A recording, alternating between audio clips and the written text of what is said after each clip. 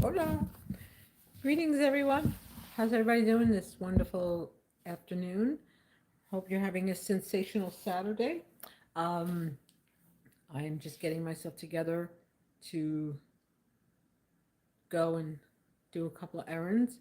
Um, but I'm just jumping on here just to talk about a few things. Uh, my eyes are very cloudy because I have these cataracts, and well, that's why my eyes always look so watery. It's not from any kind of well, it's not from anything other than cataracts, which causes me to have this glaring eye effect going on. No, it's not the makeup. It's well, it's just my eyes.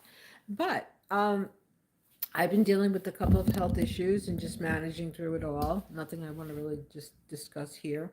But what I do want to say is when will the FDA go ahead and get it together and start having food labels that read accurately, that distinguish exactly what every ingredient is that is inside the food that we consume?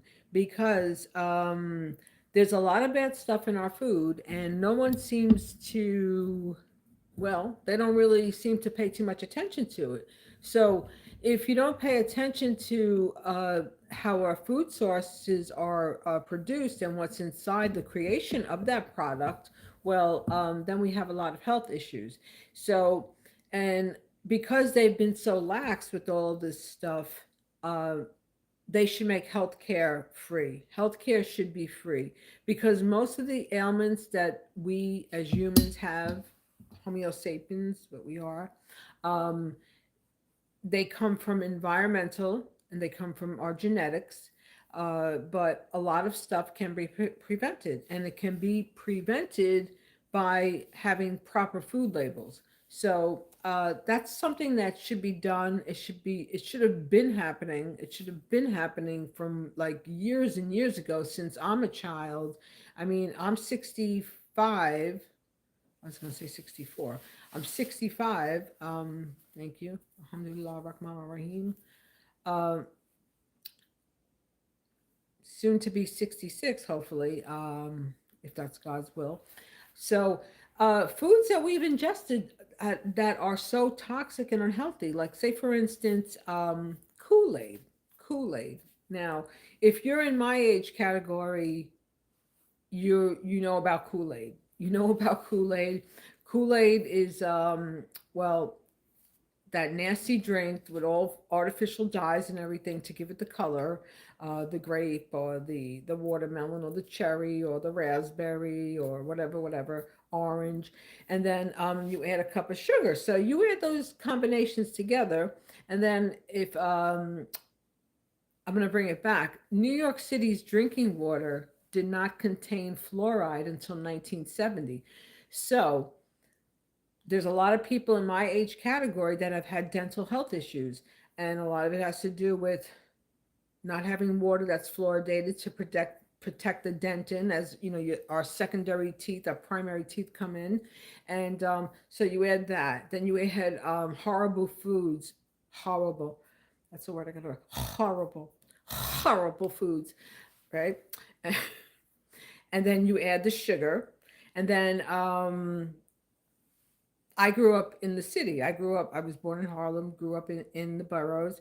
So now they have the incinerator plants. The incinerator plants. So you have people that grew up in my age category that have had and continue to have, if they're still with us, dental health issues, digestive health issues, breathing health issues, and then you add medicines to it that just compound everything and make our health worse. So I know I'm going a long way for this story, but there's so much history involved with food and how food and the environment affects our health. So um, I do. I hope that they make some changes that are going to be positive. Like now, when you if you travel out of the states, like I've been to a couple of different countries. Thank God, thank you. And Now the last country that I went to was Mexico, and I noticed the first time that we went to Mexico, but I really didn't pay much attention to it. But in Mexico, all the grocers, they have on the labels, if it's a high sodium, they have that in bold, big font letters. High sugar, it's going to say high sugar. It's going to say palm oil, hydrogenated oil. And why don't we have that here? Why don't we have that here? Because that would make such a big difference. So yeah, that's definitely something to be addressed. And there's that. And in a different different topic, different vein of thought. Hello. Um, the Epstein files. The Epstein files made an appearance for Christmas Eve, and then the Santa's helpers made Santa. I know what happened. Santa's helper redacted all of the file, all of the names. Santa's helpers did that. So everybody who's in those files, Santa's helpers redacted your name. What a crock of baloney. What a biggest crock. You know, all these things happen and they're all like these other things, like this incident that occurred now where it was an alleged, I don't know if I could say uh, a terror blank, an attack on alleged blank terror in Nigeria, and that came out to be hello, hello. That came out to be well, another lie, like everything else, right? So if you go ahead and you do something for a distraction, then what happens? It's like whenever there was like a crime in the city, you know, like years ago, I don't know why they did this. This is so asinine and ridiculous. They would have like 1,000 police officers like at one location. It's like, okay, so now the criminals know they know where the cops are. They're gonna go do some other activities. Um, you know, it's like you do something to create a distraction, and then the rest of the nonsense, like the show is still going on behind the curtains, you know. It's crazy. It's a bunch of nonsense. That's all it is. Politics is a bunch of nonsense. And it's so ridiculous.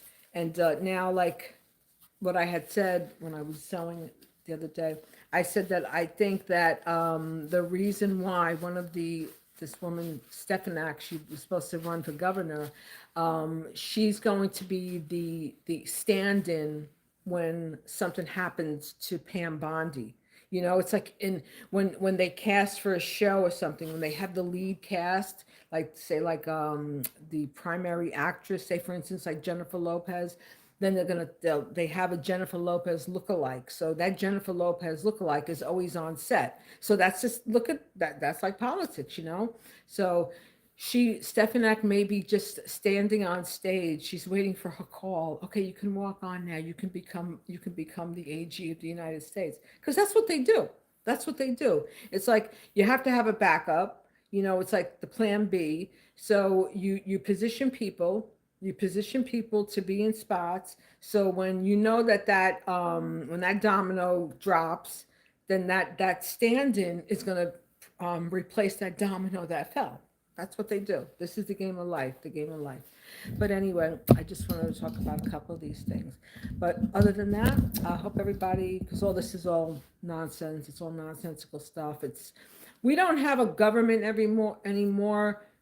We have a corporation. We have a corporation that is and has currently been held by shareholders, because that's what they are. They're shareholders, and their shareholding does not constitute being beneficial for the people. Their shareholding is beneficial for their finances, not for the overall well-being of the people. And that's what I have to say. But yeah, true. I'm reading this. Hello. I don't know if you're real people. anyway. But yeah, so that's that. But I have to go out. I got some errands to run. Finally leaving the house. The hermit stays home.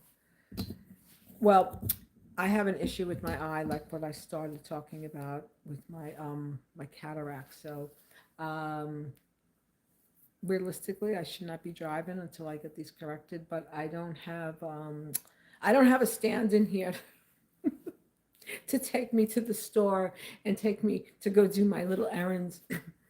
But I'm not I'm not that I'm not the old lady who stands at the counter counting, paying with change. I don't do that. I've done that before, but I've refrained from doing that because I don't want to get people like behind me getting all huffy and puffy because it's like take a walk, take a chill pill. We're all here doing the same freaking thing, you know. We just so happen to converge because we're on the same timeline in the same space. But anyway, everybody have a good day. This is the last weekend of 2025. 2025 every year is it's another year. Make the best of it. That's all we can do. Because if you stay stuck complaining, well then you just stay stuck complaining and you don't make any progress, and you have to, well, get yourself out of that headspace. Makes a difference. Makes a difference. Even doing something like stupid and simple, like whatever, like making a new recipe, or um could do something like really ridiculously, like I call it, it's just like rearranging your books, or writing your name in your books just in case you you lend a book out. That person who has that book will know that that book belongs to you. Anyway, everybody have a good one. I'll be back. Stay safe, stay well. Don't drink and drive. Consider every day a blessing because a lot of people didn't wake up. So whatever you have going on, get the cobwebs out of your head, and do something. Keep moving. Do something. Anything. Anything. Because there's always a lot that we could do. So it's better to stay busy in the mind than to stay stuck in the head, and go over stuff over and over again. Till next time. Have a good one. Thanks for watching. Bye.